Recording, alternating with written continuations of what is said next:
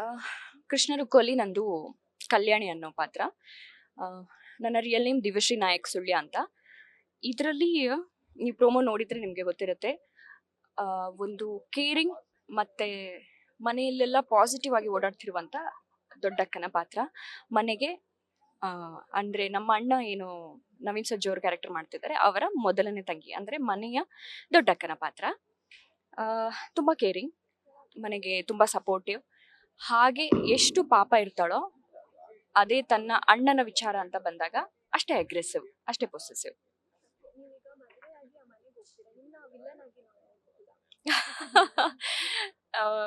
ಇದಕ್ಕೆ ನಾನು ಉತ್ತರ ಕೊಡೋದು ಕಷ್ಟ. ಆಗ್ಲೇ ದಿಲೀಪ್ ಸರ್ ಕೂಡ ಹೇಳಿದ್ರು ನೆಗೆಟಿವ್ ಆಗತ್ತಾ ಏನು ಎತ್ತ ಅಂತ. ಇದಕ್ಕೆ ಕ್ಲಿಯರ್ ಆಗಿ ಉತ್ತರ ಕೊಡೋಕ್ಕೆ ನಾನು ಇಷ್ಟಪಡಲ್ಲ, ಬಿಕಾಸ್ ಸೀರಿಯಲ್ ನೀವು ನೋಡಬೇಕು. ಆದರೆ ಒಂದೇ ಇದರಲ್ಲಿ ಏನು ಅಂದರೆ, ನಾನು ಆಗಲೇ ನಿಮಗೆ ಹೇಳಿದಾಗೆ ಅಣ್ಣನ ವಿಚಾರ ಅಂತ ಬಂದಾಗ, ಮತ್ತೆ ನೀವು ಪ್ರೋಮೋ ನೋಡಿರ್ಬೋದು, ನಾನೊಂದು ಹುಡುಗನ ಪ್ರೀತಿಸ್ತಾ ಇರ್ತೀನಿ. ಸೊ ಅವರಿಬ್ಬರ ವಿಚಾರ ಬಂದಾಗ ನಾನು ತುಂಬ ಅಗ್ರೆಸಿವ್ ಆಗ್ತೀನಿ. ಅವ್ರಿಗೇನಾದರೂ ನೋವಾದರೆ ಅಥವಾ ಅವ್ರಿಗೇನಾದರೂ ತೊಂದರೆ ಆದರೆ ನಾನು ಅವರು ಯಾವ ಮಟ್ಟಕ್ಕೆ ಬೇಕಾದರೆ ನಾನು ತಿರುಗಿ ಬೀಳ್ತೀನಿ. ಹಾಗಾಗಿ ನಾನು ಮದುವೆ ಆಗಿ ಆ ಮನೆಗೆ ಹೋದ್ಮೇಲೆ ಯಾವ ಉದ್ದೇಶಕ್ಕೆ ಹೋಗಿರ್ತೀನಿ, ಅಲ್ಲಿ ಹೋದ್ಮೇಲೆ ಏನು ಮಾಡ್ತೀನಿ ಅನ್ನೋದನ್ನ ನೋಡಬೇಕು. ಅದನ್ನು ಗೊತ್ತಾಗಬೇಕು ಅಂತಂದರೆ ನೀವು ಸೀರಿಯಲ್ಲೇ ನೋಡಬೇಕು.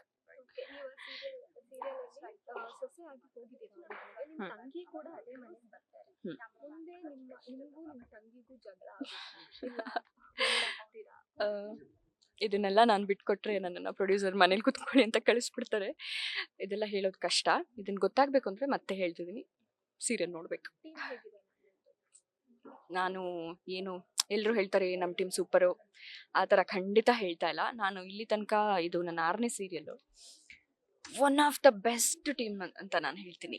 ಯಾಕೆ ಹೇಳ್ತೀನಿ ಅಂದರೆ, ಒಂದಷ್ಟು ಆರ್ಟಿಸ್ಟ್ಗಳು ಮುಂಚೆ ಪರಿಚಯ ಇದ್ರು ನನಗೆ. ಅಕ್ಷಯ್ ಇರ್ಬೋದು, ಮೌನ ಇರ್ಬೋದು, ನನ್ನ ತಂಗಿ ಪಾತ್ರ ಮಾಡ್ತಿರೋಂಥ ಸ್ನೇಹ ಇರ್ಬೋದು, ಇವರೆಲ್ಲ ನಾವು ಮುಂಚೆಯಿಂದ ಪರಿಚಯ ಇತ್ತು. ಸೊ ನನಗೆ ಹೊಸದು ಅಂತ ಯಾವುದೂ ಅನಿಸ್ಲಿಲ್ಲ.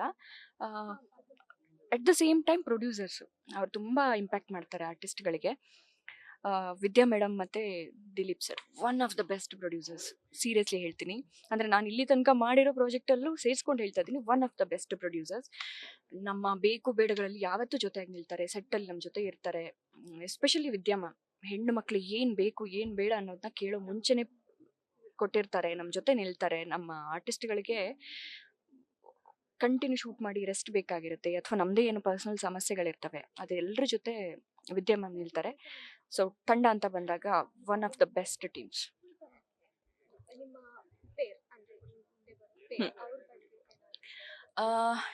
ಅವ್ರ ಜೊತೆ ನಾನು ಇಲ್ಲಿ ತನಕ ಒಂದಿನ ಅಷ್ಟೇ ಶೂಟಿಂಗ್ ಮಾಡಿರೋದು. ಇನ್ನ ಅಂದರೆ ನಮ್ದಷ್ಟೇ ಟ್ರ್ಯಾಕ್ ಬರ್ತಾ ಇದೆ. ಆಫ್ಟರ್ ಮ್ಯಾರೇಜ್ ಅವರ ಟ್ರ್ಯಾಕ್ ಜೊತೆ ನಮಗೆ ಶೂಟಿಂಗ್ ಇರೋದು. ಬಟ್ ಸಿಕ್ಕಿರೋ ಇಷ್ಟು ದಿನದಲ್ಲಿ ಪ್ರೊಮೋ ಶೂಟ್ಸ್ ಇರ್ಬೋದು, ಅಥವಾ ನಮ್ಮದು ಸೀರಿಯಲ್ ಒಂದಿನ ಮಾಡಿದಿರೋ ಶೂಟಿಂಗಲ್ಲಿ ಇರ್ಬೋದು, ಅಥವಾ ಫೋಟೋ ಶೂಟ್ ಇರ್ಬೋದು, ಈ ಥರ ಸಿಕ್ಕಿದಾಗ ಹೇಳಿದ್ನಲ್ಲ, ಕೆಮಿಸ್ಟ್ರಿ ಬಿಲ್ಡ್ ಆಗ್ತಿದೆ. ಸೊ ಚೆನ್ನಾಗಿ ಬರ್ತೀವಿ ನೆಕ್ಸ್ಟು ಸ್ಕ್ರೀನ್ ಮೇಲೆ ಅಂತ ಅನ್ಕೊಂಡಿದ್ದೀನಿ. ಆ್ಯಕ್ಟ್ ಮಾಡೋದಲ್ಲ, ಅವ್ರ ಜೊತೆ ಒಂದಿನ ಸ್ಪೆಂಡ್ ಮಾಡೋದೇ ತುಂಬ ಜನರಿಗೆ.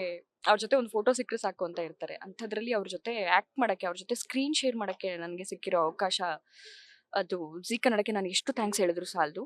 ಅದರಲ್ಲೂ ಎಸ್ಪೆಷಲಿ ಜೀ ಕನ್ನಡದಲ್ಲಿ ಸುಶಾಂತ್ ಮತ್ತು ರಾಮ್ ಅಂತ ನಮ್ಮ EP, ಅದರಲ್ಲೂ ಸುಶಾಂತ್ ಅವರು ನಾವಿಬ್ಬರು ಒಟ್ಟಿಗೆ ಓದಿದವರು ಕಾಲೇಜಲ್ಲಿ, ಒಂದೇ ಕಾಲೇಜಲ್ಲಿ. ಸೊ ಅವರಿಗೆ ನಾನು ಸ್ಪೆಷಲಿ ಥ್ಯಾಂಕ್ಸ್ ಹೇಳ್ತೀನಿ, ಈ ಒಂದು ಪಾತ್ರವನ್ನು ಕಟ್ಟಿಕೊಟ್ಟಿದ್ದಕ್ಕೆ ಮತ್ತು ಈ ಪಾತ್ರಕ್ಕೆ ನನ್ನನ್ನು ಸೆಲೆಕ್ಟ್ ಮಾಡಿದ್ದಕ್ಕೆ. ಸೊ ಎಸ್ ನಾರಾಯಣ್ ಸರ್ ಜೊತೆ ಕೆಲಸ ಮಾಡೋದು ಅವರಿಂದ ಕಲಿಯೋದು ತುಂಬ ಇದೆ. ಈಗ ಎಷ್ಟೋ ಜನ ತೆರೆ ಮೇಲೆ ಬಂದಿದ ತಕ್ಷಣ, ಒಂದು ಪ್ರಾಜೆಕ್ಟ್ ಮಾಡಿದ ತಕ್ಷಣ ತಾವೇನೋ ಮಾಡಿದ್ದೀವಿ ಅನ್ನೋ ಥರ ಇರುತ್ತೆ. ನಾನು ಹೇಳೋದು, ತೆರೆ ಮೇಲೆ ನಮ್ಮದು ಕೆಲಸ ಅದು, ಬೇರೆಯವ್ರು ಏನು ಕೆಲಸ ಮಾಡ್ತಾರೆ ಅದೇ ಥರ ನಾವೊಂದು ಕೆಲಸ ಮಾಡ್ತಾ ಇರೋದು ಅಷ್ಟೇ. ಆದರೆ ಎಸ್ ನಾರಾಯಣ್ ಸರ್ ಎಂಥ ಲೆಜೆಂಡ್ರಿ ಆ್ಯಕ್ಟ್ರು, ಎಂಥ ಲೆಜೆಂಡ್ರಿ ಡೈರೆಕ್ಟ್ರು. ಬಟ್ ಒಂದು ಸೀನಿಗೂ ಅವರು ಒಂದೊಂದು ಡೈಲಾಗಿಗೆ ಎಷ್ಟು ಪ್ರಿಪ್ರೇಷನ್ ಮಾಡ್ತಾರೆ ಅನ್ನೋದನ್ನ ನಾನು ಕಣ್ಣಾರೆ ನೋಡಿದ್ದೀನಿ. ಸಣ್ಣ ಡೈಲಾಗ್ ಇದ್ದರೂ ರಿಪೀಟೆಡ್ಲಿ ಅದನ್ನು ಬೇರೆ ಬೇರೆ ಆಯಾಮದಲ್ಲಿ ಹೇಳ್ಕೊಂಡು ಪ್ರಾಕ್ಟೀಸ್ ಮಾಡ್ತಾ ಇರ್ತಾರೆ. ಸೊ ಅಂಥವ್ರ ಜೊತೆ ಕಲಿಯೋದು ತುಂಬ ಇದೆ. ನೆಕ್ಸ್ಟ್ ಆಫ್ಟರ್ ಮ್ಯಾರೇಜ್ ಅವ್ರ ಜೊತೆ ನಂದು ಟ್ರ್ಯಾಕ್ ಓಪನ್ ಆಗುತ್ತೆ. ಸೊ ಆ್ಯಕ್ಚುಲಿ ನಾನು ಆ ದಿನ ಕಾಯ್ತಾ ಇದ್ದೀನಿ. ವೀಕ್ಷಕರಿಲ್ಲದೆ ಯಾವ ಆರ್ಟಿಸ್ಟೂ ಇಲ್ಲ. ಸೊ ನಮ್ಮ ಕೃಷ್ಣ ರುಕ್ಕು ಇದೇ ಮಾರ್ಚ್ 9ರಿಂದ ನಿಮ್ಮ ಮನೆಗೆ ಬರ್ತಾ ಇದೆ. ನಮ್ಮೆಲ್ಲರನ್ನ ನಿಮ್ಮ ಮನಸ್ಸಲ್ಲಿ ಇಟ್ಕೊಳ್ಳಿ. ದಯವಿಟ್ಟು ಸಪೋರ್ಟ್ ಮಾಡಿ. ಕೃಷ್ಣ ರುಕ್ಕು ನೋಡಿ ಸಂಜೆ 6 ಗಂಟೆಗೆ.